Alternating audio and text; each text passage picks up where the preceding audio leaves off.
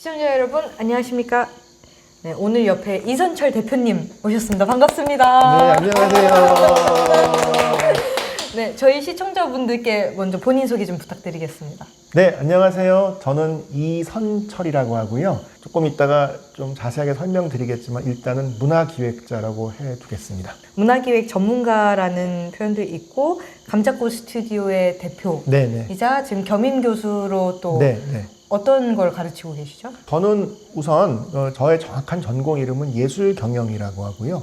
쉽게 말씀드리면은 뭐 공연기획이라든지 전시기획이나 축제도 그 안에 포함되고 그리고 극장을 경영한다든가 아니면 요즘은 이제 뭐 문화예술 교육 이런 것들을 말 그대로 기획하는 사람인데 저의 전공은 조금 좁혀서 얘기하면 그래도 공연, 음악 뭐 이런 쪽인 것 같아요. 1세대 소속사 대표로서도 활동을 하셨잖아요. 네, 그 어딘가 자꾸 1세대라고 그래서 되게 나이 들어 보여가지고 그게 자우림을 키워낸 뭐 이런 수식어도 굉장히 점점 질문이 우선 저는 대학에서 사회학을 전공했고요. 네. 음악 좋아해서 음대 가려다가 이제 일반 예술 자체보다는 이제 기획을 해야겠다 생각을 하고 이제 대학원을 그 당시에는 이런 거 공부할 데가 없어서 영국에 런던에 가서 공부를 했을 때 이제 장 PD님의 아버지를 만난 거죠. 태어나기 30년 전에. 되신 인연이시죠? 네, 한 30년 됐고요. 같은 동네 살다가 길거리에서 우연히 만나가지고 한국 사람이냐? 한국 사람이다. 밥이나 먹으러 와라. 네. 그래서 또 진수성찬을 차려주신 게 인연. 거기까지 말씀을 드리고 그러고 나서는 저는 김덕숲의 사물놀이라고 하는 공연단체에서 기획 일로 청춘을 보냈고요. 만 30세에는 요즘 흔히 얘기하는 청년 창업을 해서 음반도 제작하고 공연도 기획하고 대학 내 공연장도 운영하고 그런 또 벤처기업 대표도 한 거의 10년 한 것 같아요. 저희 20대는 순수예술, 전통문화, 비영리 30대에는 대중문화, 매우 영리 그리고 이제 콘텐츠 이런 걸로 보냈죠. 그러다 돌연 평창으로 그거 이제 완전 서울에서 태어나서 자란 전형적인 시티보이였는데 평창에 가서 어떤 폐교를 하나 발견하고 집으로 좀 쓰다가 그 다음에 이제 문화공간으로 바꾸어서 작년 가을까지 한 18년 정도를 운영을 해왔고 그 이름이 이제 감자꽃 스튜디오라고 하고 있습니다. 이게 그 감자꽃 스튜디오 대표 그렇죠. 가장 상단에 뜨더라고요. 네. 저도 중학생 때 가서 지금도 기억나요. 약간 그 동아리에서의 꽃 피운 사랑 같은 그런 내용이었어요. 그렇게 해서 다른 학생들이랑 이제 막 녹음을 하면서 연기를 한 그런 좀 기억이 있거든요. 그러니까 그런 어떤 학생들이 문화예술 활동을 할 수 있는 어떤 공간으로 운영을 하신 거죠? 그렇죠. 근데 처음에는 뭐 사람이 살면서 모든 게 이렇게 치밀하게 막 계획을 세우고 전략을 짜고 되는 일이 아니라 많지 않죠. 네. 저는 그때 이제 좀 몸이 안 좋았었어요. 근데 요즘 이제 시쳇말로 이제 번아웃이 온 거죠. 그래서 너무 먹고 마시고 하니까 살이 굉장히 많이 찌고 뭐 뇌경색 증상도 있었고 실제로 그래서 한번 쓰러져서 봤더니 그래. 근데 물론 이제 아주 그게 심각하면은 정녕 힘들었을 텐데 젊은 나이 때 잠깐 이제 좀 그런 일시적인 현상이 있었는데 그때 좀 이제 마음의 변화가 생겨서 이거 내가 좀 자연 친화적인 생활을 해야겠다. 근데 뭐 그렇다고 평생 그렇게 살 것 같진 않고 그렇다고 잠깐 어디 가서 관광하니 살 수는 없고 그런데 폐교를 잘 활용하면 재밌겠다. 해서 이제 그렇게 된 거고요. 그런데 그게 금년도 10월 4일이면 만 20년이 돼요. 그게 왜냐면은 30대 청년으로 들어가서 4년 뒤면 환갑이 돼버리는 거거든요. 듣기만 해도 섬찟하지 않아요? 환갑? 네. 그런데 제가 요즘 특히 이제 청년 창업 이런 걸 많이 좀 돕다 보니까 청년의 존재를 굉장히 많이 좀 남다르게 생각하게 되는데 저는 지금도 마을에서는 청년이에요. 들어갈 때도 최연소, 지금도 최연소, 실제로. 그래서 뭐 저는 그 마을이 저한테는 굉장히 중요한 장소가 됐었고요. 그리고 또 살면서 뭐 많은 즐거운 일, 또 보람 있는 일이 있지만 평창은 저한테는 뭐 도저히 뗄래야 뗄 수 없는 저의 정체성을 강력하게 만들어준 지역이라고 할 수 있습니다. 학생들이 이렇게 오면은 또 뭐 어떤 활동들을 주로 하셨었나요? 그게 원래는 1순위는 예술가들의 창작 공간이었어요. 학생들이 1순위가 아니었군요. 네, 학생. 죄송해요. 제가 학생으로 갔었어가지고. 네, 3순위 정도 돼요. 앞에 많은 네. 방청객들이 엄청 웃고 계시는데 1순위부터 말씀해 주세요. 저는 네네. 예술 경영한 사람이니까. 네네. 그 주위에 예술하는 사람들이 자연이 좋은 곳에 와서 작업도 하고 뭐 연습실처럼. 공연도 하고 네. 예, 그게 1순위였고요. 두 번째는 문화예술 교육이라는 그런 분야에 좀 참여하게 됐어요. 정책적으로. 그래서 이제 주민들, 청소년, 또 사회 취약계층들을 위한 문화예술 교육, 생활문화, 문화복지 이런 프로그램이 2순위. 네. 3순위는 방문자. 그래서 이게 널리 알려져서 이른바 벤치마킹이다, 체험학습이다, 뭐 아니면 선진지 견학이다, 오는 분들을 대응하는 일. 이게 3순위. 왜 이걸 자꾸 순위를 강조하냐면요. 방문자가 1순위가 되게 되면 일종의 관광 스팟이 되는 거고, 지역 주민이나 청소년이 1순위가 되면 교육 공간이 되는 건데, 저는 부수적으로 그런 역할까지 확대됐지만, 여전히 그 출발점은 예술가의 창작 활동에 있다라고 생각을 하고 있고, 네. 저는 그것을 하는 기획자다. 이렇게 생각하고 있는 거죠. 근데 이제 먼저 말씀드리지만 저는 또 어떤 친구들한테는 교수님이라고도 불리는데요. 네. 그게 왜 그러냐면은 저는 학자나 교육자라고 생각해 본 적은 한 번도 없는데 아까 말씀하신 전공으로서의 1세대인 거거든요. 이런 일을 하는 분들은 당연히 저보다 나이가 많으신 분들을 해오셨는데 소위 전공으로 1세대니까 아무래도 옛날에는 그런 게 과가 없어 외국 같지만 지금은 갑자기 많아진 거예요.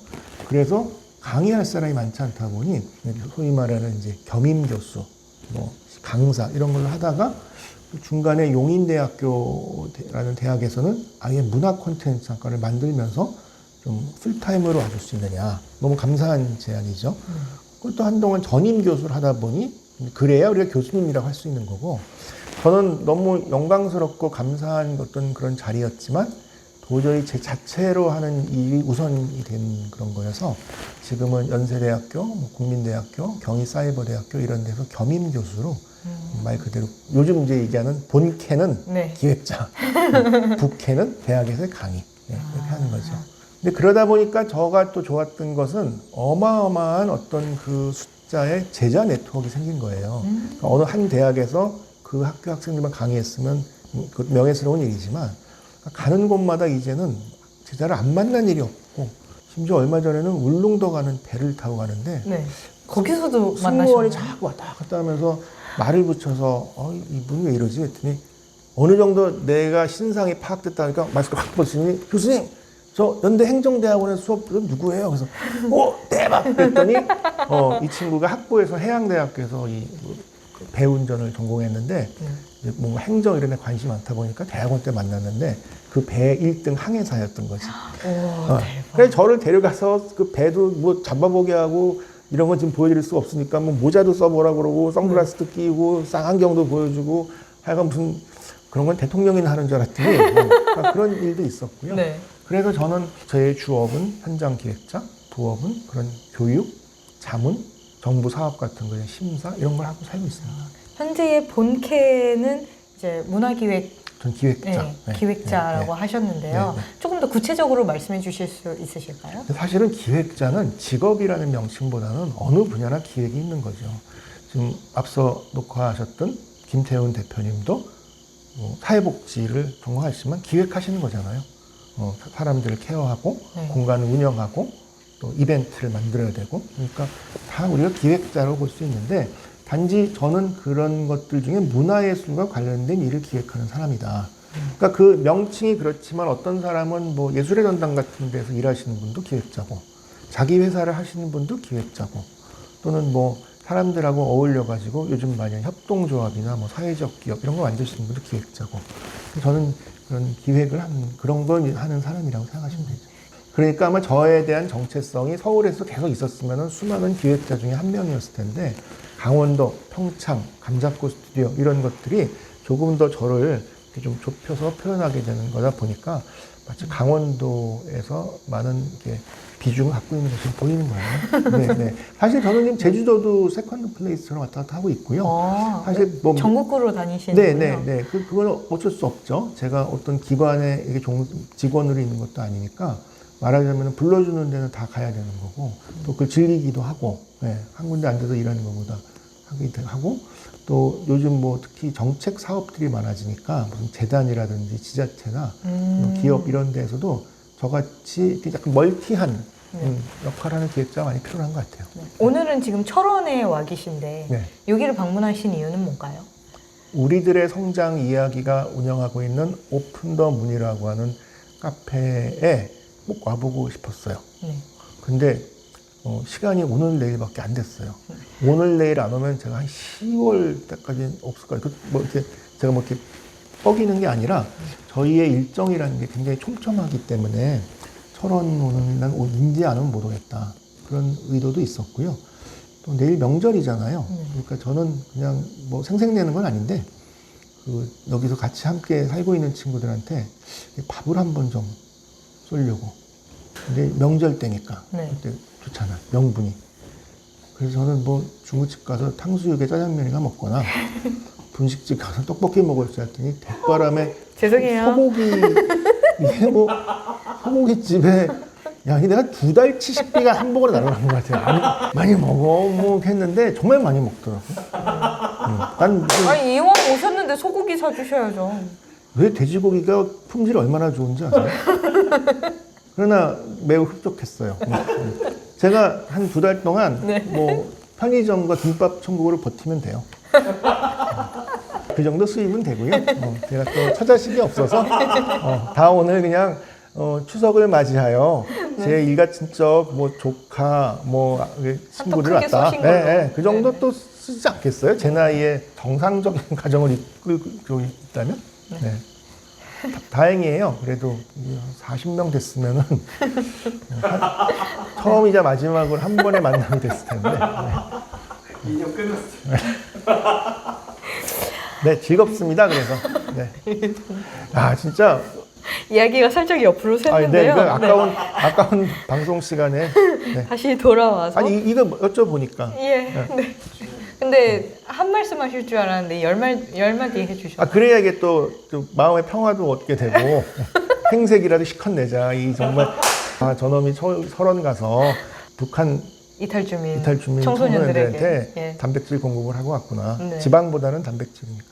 생각보다 길게 말씀해 주셨고요. 네. 네. 나중에 어차피 편집도 하실 거잖아요. 예, 맞아요. 요즘 특히나 이 문화 콘텐츠의 중요성에 대해서 많은 분들이 좀 인식을 하시는 것 같아요. 뭐 한류, 뭐 케이팝 뭐 뿐만 아니라 어떤 이 문화 콘텐츠에 대한 이야기들이 많이 나오는 만큼 조금 더 요즘 할 일이 많지 않으신가요?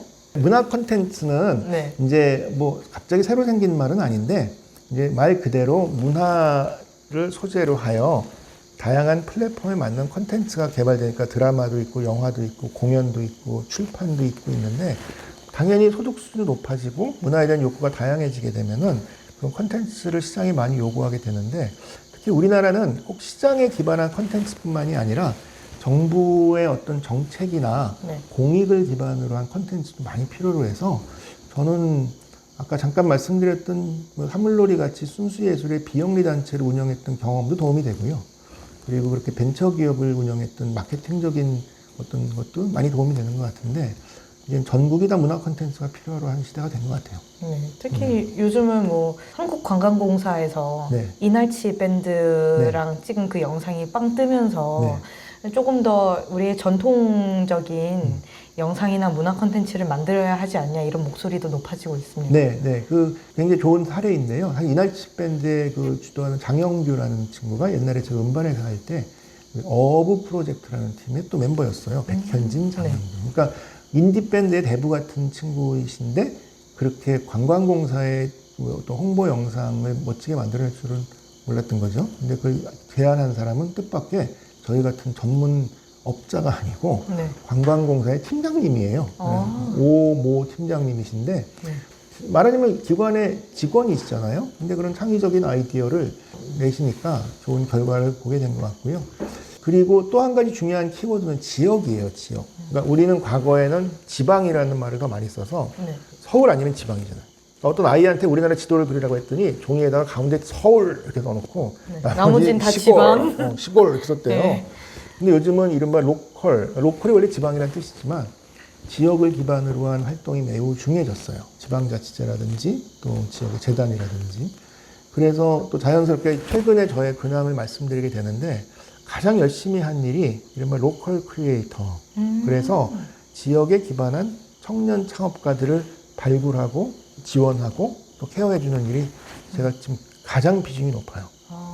그래서 우리 부친께서 네. 우리 김태훈 대표님을 소개해 주셨을 때 제가 물론 그룹홈이라든지 사회복지라든지 또 저희 부모님 고향이 다 북한이시니까 그 아이들에 대한 또 그런 애정도 있었지만 그 중에 성장해서 청년이 되어 이 철원에 와서 뭔가 창업을 했다라는 사실이 저한테 가장 좀 인상 깊은 요소였었거든요. 그래서 저는 문화 콘텐츠의 중요한 키워드가 지역이고 또 제가 문화예술을 전공했지만 꼭 예술 자체를 업으로 하는 것만 창업이라고 생각하지 않고요. 문화예술을 전공한 사람이 얼마나 다양한 분야에서 일을 하느냐. 그래서 또 오늘 온 목적도 있다는 말씀을 드리고 싶어요. 이 청년들의 창업한 이 현장을 보여주셨군요. 네, 얼마나 어렵겠어요. 제가 다녀보면 쉽지 않거든요. 더군다나 이 강원도 이거 군 단위에서 잘해도 힘들고 못해도 힘들거든요. 여기 논밭만 있을 때 카페 짓는 것부터 같이 한 청년들이래요. 네. 논밭도 있고요. 산도 있어요. 산도. 근데 김태훈 대표님도 네. 제 녹화 시간에 언급을 자꾸 죄송하지만 오늘 오게 된 계기가 그러니까 네. 디자인 전공하셨잖아요. 그렇죠. 사회복지로 대학원을 다니시고 그러니까 요즘 얘기하는 이제 그런 면에서 문화예술을 전공하거나 문화예술을 잘 활용하는 사람들이 저한테 더 중요해진 거죠. 저도 연영과 전공해서 사회활동 하고 있잖아요. 네, 그러니까. 네, 만약에 제가 어디 가서 그런 커리어 피보팅이라고 하는데 디자인 전공에 사회복지한 게 디자인의 전공을 못 살리고 사회복지하는 게 아니라 그 전공적 기반이 같은 사회복지를 하는 사람들 중에서도 굉장히 차별화된 요소로 발휘할 것이다. 네. 이미 나오잖아요. 그림, 뭐 여기 디자인, 인테리어. 아까 화장실 굉장히 자랑하시더라고. 다 직접 만드셨다고. 그러니까 그런 것들이 뭐 디자인 전공한 사람이 수십만 있을 수도 있고 사회복지 전공한 사람이 또 수십만 있을 수 있지만 가끔 학생들한테 교집합 안에 솔루션이 있다. 그러니까 디자인을 전공해서 사회복지한 사람은 또 확 줄어드니까 게다가 이 중에 철원에서 창업을 지원해 주는 사람은 굉장히 유니크한 거지. 훌륭하다고 보는 겁니다. 그 유니크함을 찾아내는 역할을 하시는군요. 제 별명이 발굴조거든요. 발굴조. 진짜로. 네. 발굴했는데 제가 무슨 재단이나 투자자는 아니잖아요. 그러면 발굴해서 좋은 기관을 소개하든지 또 전략을 좀 개인적으로 짜준다든지 그러니까 어떤 때는 그게 뭐 기업의 재단일 수도 있고 저는 지금 현대차 정몽구 재단이라는 곳에 지금 사회공헌위원도 하고 있는데 그런 데일 수도 있고 강원도 친구들을 가장 많이 이렇게 도움을 줬던 거는 강원 창조경제역시센터라는 그것이 절대적이었었고 또 어떤 경우에는 제가 그래도 문화예술 분야니까 문화체육관광부나 방금 언급하셨던 관광공사 이런 데도 저는 이게 잘 국가들 연결하는 제 또 하나의 별명은 연결자예요. 네. 발굴조, 연결자.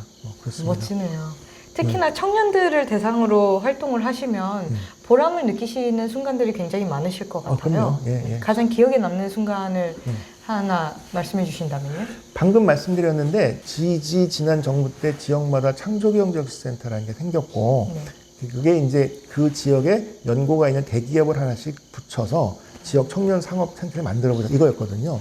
근데 강원도하고 제주는 기업이 왔다 한 게 없는 거예요. 그런 거 하라고 하고 강원랜드를 소개할 수는 없잖아요. 그렇죠. 네. 진짜 그때 네. 있었던 일이에요. 네네. 대구는 삼성, 뭐 광주는 기아자동차 이렇게 했는데 강원도와 제주도가 기타 지역이었어요. 마땅치 않다. 그런데 네이버가 춘천에 데이터 센터가 있고 다음 카카오가 본사가 제주도에 있어서 두 개가 됐는데 오히려 이 두 회사는 굉장히 진정성을 가지고 이렇게 달라줘가지고 저는 처음엔 네이버의 본사에 자문회의를 하러 갔다가 인연이 깊어져서 했어요. 한 2년 전에 한번 그 데이터를 뽑아보니까 한 160개 정도의 청년 창업가들이 발굴되어 있는데 금년까지 끝나고 한 240개 정도 될 텐데 어떻게 보면 가장 취약한 지역이 가장 창업의 성지처럼 되어 있는 것이 보람이 있고 물론 그 숫자가 다 동일한 레벨로 잘 되고 있지는 않지만 그렇지만 그래도 굉장히 좋은 친구들이 많이 있어서 그들을 만나는 게 굉장히 또 보람이 있어요. 조금 이야기를 다시 과거로 한번 가보자면 네. 부모님께서 두 분 다 실향민이십니다. 네. 네. 아버지께서는 신의주협회 정주. 근데 그게 보통 신의주라고 하고 있고요. 네. 라고 하셨고. 엄마는 평양.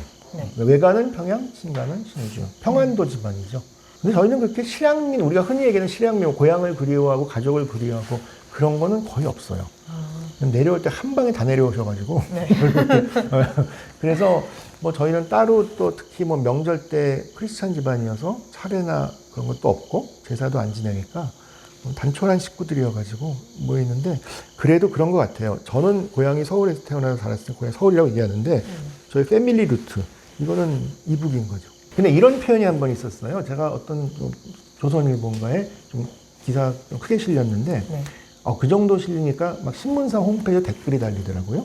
근데 부모님 고향이 이북이고 이런 일을 한다고 하니까 어떤 분이 이거 되게 좋은 말씀으로 훌륭하다. 역시 서북 청년의 기계를 보여주고 있다. 어떤 독자가 댓글로 서북 청년, 그래서 서북 청년은 역사책에 나오는 표현이지. 네. 아마 그 댓글을 다신 분은. 실제로 표현을 하신 그렇죠. 분은 옛날에 뭐 처음... 서북 청년단 이런 것처럼 네. 굉장히 정치적으로 보수적이고 그러면서 굉장히 성실하고 검소하면서도 실용적이고 이런 느낌. 그래서 저는 그냥 어디 가서 자랑스럽게 얘기를 해요. 우리 집안의 내력은 다. 그런데 그걸 우리는 북한이라고 표현 안 하고 우리 세대에서는 이북이라고 표현하죠. 네. 북한 음식이라고 얘기 안 하고 이북 음식. 예. 그런데 제가 이런 얘기를 가볍게 어떤 학교에서 강의할 때 개인 소개하는 전에 말씀드렸더니 학생들이 교수님 그러면 탈북자예요? 이런 거예요.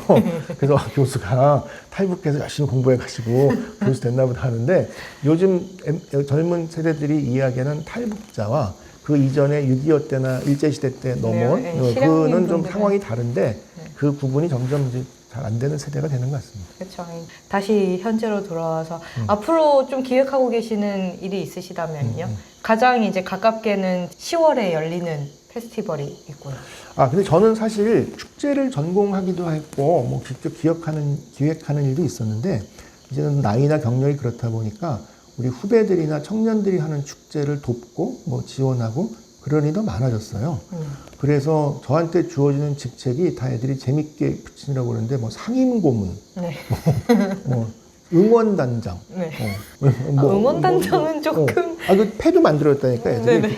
아주 멋있게 이렇게 청와대 문양 이렇게 넣어가지고 네. 뭐 응원단장 이런 건 이제 못 보여드리니까. 근데 그 역할이 제가 어떤 감독이나 기획자의 주인공이 되기보다 그런 친구들을 돕되 그냥 뭐 덕담을 하거나 서포트를 전문적으로 하는 것도 그것도 또 영역이다. 그래서 10월이 축제의 어떤 가장 많을 때이기 때문에 뭐 자라섬 재즈 페스티벌 바로 철원에서는 또 우리가 몇 년째 DMZ 피스트레인 음악 축제 그 다음에 속초에서 속초 아트 페어 뭐 굉장히 많은 축제들이 열리고 있는데 뭐 거기 다니면서 훈수도 두고 응원도 하고 밥도 엄청 사는데 오늘처럼 많이 나온 적은 없거든요. 그래서 이제 밥도 사고 간식도 제공하고 한 10년쯤 말하지. 그래서 그런 재미로 살고 있는. 그러니까 저는 그렇게 해서 어떤 기획의 주인공이 되기보다 그런 것을 도와주는 일의 주인공이 되자. 그래서 제가 잘 좌우명처럼 하고 있는 말이 알리바바의 마윈 회장이 우리나라 왔을 때 인터뷰하는데 50이 넘으면 나서지 말고 남 잘하는 일 밀어주고 살아라. 이런 게 있어요. 자꾸 모욕을 부리면 안 되는 그런 나이가 된 것 같아요.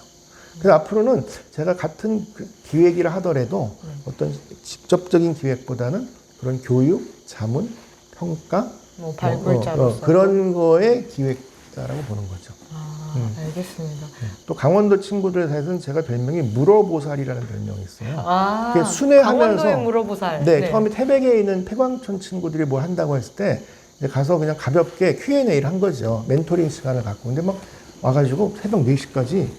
근데 막 뭔가 이런 거예요. 이런 느낌이 서울에는 뭐 전문가도 많고 뭐 같은 좋은 어른도 많은데 시골은 그렇게 어떤 분야에는 꼭 맞는 전문가가 없을 수도 있고 또 나이만 많지 또 멘토링 할 수 없으니까 마치 무슨 점집처럼 테이블을 놓고 맥주 딱 놓고 노트북 놓고 심지어 인터넷으로 파란색 트레이닝을 인터넷에 주문했더라고. 옛날에 무릎팍도사의 그 어떤 한 연예인이 입었던 그 분위기 낸다고. 그 기타 치던. 근데 이제 저는 그것도 어떻게 보게 되면은 저의 역할인 것 같아서 그런 일을 좀 많이 하게 될 것 같은데요.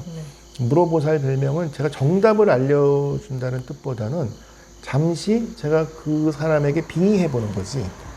나라면 이때 어떻게 했을까? 제가 모든 분야에 모든 걸 솔루션을 다 할 수는 없잖아요. 그런 거 있고, 그 다음에 비교적 MZ세대가 됐든 뭐 친구들이 됐든 너무 그렇게 격이 없는 스타일이기도 하지만 현장 경험이 많으니까 그냥 어떤 의례적이거나 원론적인 얘기를 해주는 사람에 비해서 조금 잘 이렇게 객관적인 얘기를 해주는 것 같아요. 그것도 굉장히 보람이 있어요, 사실은. 네. 네. 강원도, 특히 강원도 중심으로. 네, 너무 멋집니다. 앞으로도 청년들을 위한 멘토 활동도 많이 해주셨으면 좋겠고요. 근데 단점이 있어요. 뭔가요? 너무 청년들하고만 지내니까 네. 또래하고 못 어울려. 또래하고 만나서 할 얘기가 없어. 이게 저 단점이에요. 이게 지금 주체업 시간이 지났는데 이게 다 예. 편집하시겠지만. 아니, 괜찮아요. 그러니까 그것도 그냥 되게 인간적인 그 저희 토로예요. 그러니까 오랜만에 고등학교 동창 뭐 아니면 뭐 이렇게 어린 시절 친구를 만나도 만나는 순간은 반갑지만 대화가 안 이어져. 회사 생활도 안 하셨고. 회사는 차려만 받지. 네. 제가 대학교 교수 빼놓고는 그럼 지금 내 나이에 보편적인 우리나라 50대 중후반이 가지고 있는 상황과 내가 너무 다른 인생을 살고 있는 거죠. 그러게요. 예. 며느리 본 얘기, 뭐 조금 빠른 손자, 애는 손녀, 손자 예. 본 얘기, 며느리 본 얘기, 애 군대 보낸 얘기, 애가 외고 가서 뭐 한턱 내는데 외고가 그렇게 중요한 일이었나? 우린 잘 좀 모르니까. 그러니까 저는 그런 저의 라이프 스타일이나 지금 상황이 물론 자유롭게 사는 것 같고 항상 젊은 친구들한테 둘러싸여 있고 좋긴 한데 이게 나중에 나이 들어서 어디 양로원이나 뭐 다른 데 갔을 때 할 말이 없으면은 고립되는 게 아닌가. 거기까지 생각하신다고요? 그렇게 되죠. 네. 그러고는 그때 가서 뭐 제자나 젊은 층을 찾아봤자 뭐 잘 연락도 안 될 것이고 나는 자연인처럼 가지 않을까. 활동하실 수 있는 만큼 활동하셔야죠. 정년이 없는 일을 하고 계시잖아요. 정년은 없지만 뭐 체력, 재력, 네트워크 다 한계는 있잖아요. 그런 일에 있어서 큰 보람과 재미도 있지만 세상에 공짜는 없어서 또 그렇게 살기 때문에 감수해야 되는 것들도 있고 그리고 우리 김태훈 대표님처럼 그렇게 정말 희생도 하시고 헌신하시면서 공의로운 사람이 아니라 저는 사실 알고 보게 되면 제가 재밌어서 이러고 있는 것 같아요. 그러한 결과가 다소 긍정적인 요소가 나타나니까 감사한 말씀을 듣는 건데 예를 들면 제가 뭐 예술가를 위한다든지 그러니까 예술 발전을 위한다든지 마을의 경제를 한번 부흥시켜 보겠다든지 청년들의 앞길을 열어봐 주겠다니 그건 아니고 제가 이 일 자체에 제 스스로의 재미와 보람을 느끼는 것 때문에 되는 것 같아요. 사적인 재미가 공적인 도움이 된다는 거는 엄청난 재능인 거죠. 네. 대단하신 거. 네. 그리고 저는 오늘은 오픈 더 문 우리들의 성장 이야기 김태훈 대표님과의 관계 때문에 온 것이니까 이 자리에서는 주로 그런 얘기를 했는데 나중에는 뭐 베나TV나 또는 우리들의 성장 이야기를 위해서 조금 어느 정도 좀 이렇게 이제 좀 이렇게 합이 맞춰지게 되면은 또 구체적인 일들도 많이 함께 하고 싶어요. 뭐 탈북 청소년들의 뭐 이렇게 창업을 본격적으로 해보면 또 그들의 특수한 상황이 있지 않겠어요? 그럼요. 네. 그리고 특히 이런 F&B 사업이 지역에 있었을 때 갖게 되는 뭐 영업 전략이라든지 아마도 제일 어려운 것은 지자체나 또는 정부 내지는 지역의 어떤 원주민들 이런 분들과의 원만한 네트워킹이나 뭐 지원 사업 뭐 이런 것들이 있을 것 같은데 조금 그럴 때는 좀 이렇게 충분한 시간을 가지고 뭐 컨설팅도 해드리고 싶고 좋은 사람이 있으면 자꾸 소개도 해드리고 싶고 뭐 저는 인싸나 뭐 셀럽은 아니지만 또 나름대로 홍보에 도움이 된다면은 열심히 떠들어 드리고 싶고 본인 스스로 하기 어려운 얘기들이 있거든요. 그럴 땐 스피커 효과라고 그러는데 옆에서 떠들어 주는 사람이 되게 중요해요. 본인이 이렇게 훌륭한 일을 하고 있어요. 의미 있는 일을 하고 있어요. 그렇죠. 본인 입으로 얘기하기는 조금 어렵지. 어렵죠. 그럼 옆에서 그걸 대신 얘기해 주는 사람이 그렇게 고맙다고. 앞으로 할 얘기가 더 많을 것 같아요. 이렇게 네. 함께 기획해서 뭔가 재밌는 것들 많이 만들어 보고 싶기도 하고요. 네. 앞으로는 좀 자주 뵙겠습니다. 네. 네, 오늘 소고기 사주셔서 너무 감사드립니다. 잘 먹었습니다. 엄마 지치겠어. 본인 입으로 하시기 어려운 얘기니까 저희 오늘 소고기 먹었습니다. 감사히 잘 먹었습니다. 다음에 또 사주시는 거죠? 네, 그렇죠. 네, 박제해 놓겠습니다. 여기서 마무리할게요. 감사합니다. 감사합니다.